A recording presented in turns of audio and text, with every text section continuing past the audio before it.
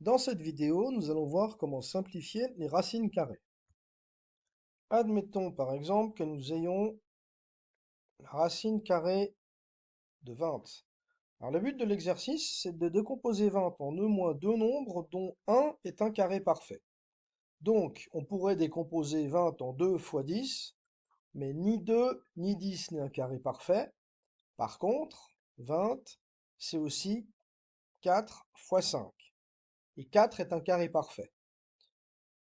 Et en fait, d'après la règle, on peut séparer 4 et 5, et finalement, ça va nous donner 2 fois la racine de 5. OK?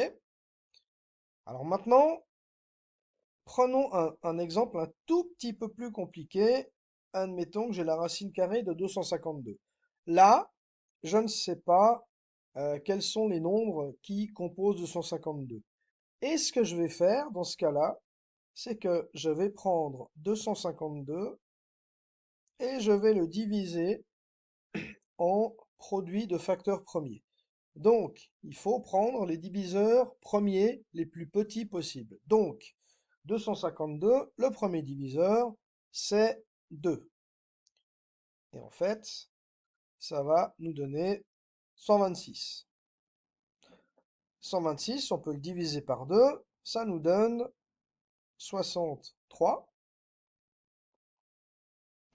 63, on peut le diviser par 3, ça donne 21. 21, on peut le diviser par 3, ça donne 7. Et finalement, 7, on le divise par 7 et ça donne 1. Et là, ce qu'on remarque, c'est que on a 2 fois 2 qui nous donne 4 et 3 fois 3 qui nous donne 9. Donc,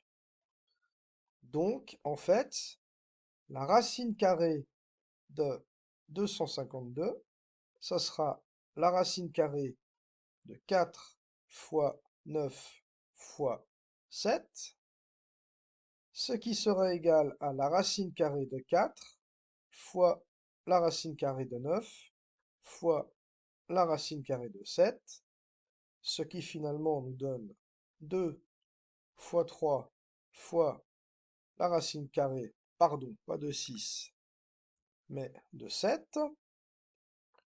et finalement donc justement 6 fois racine carrée de 7. Voilà, j'espère que cette vidéo vous aura été utile.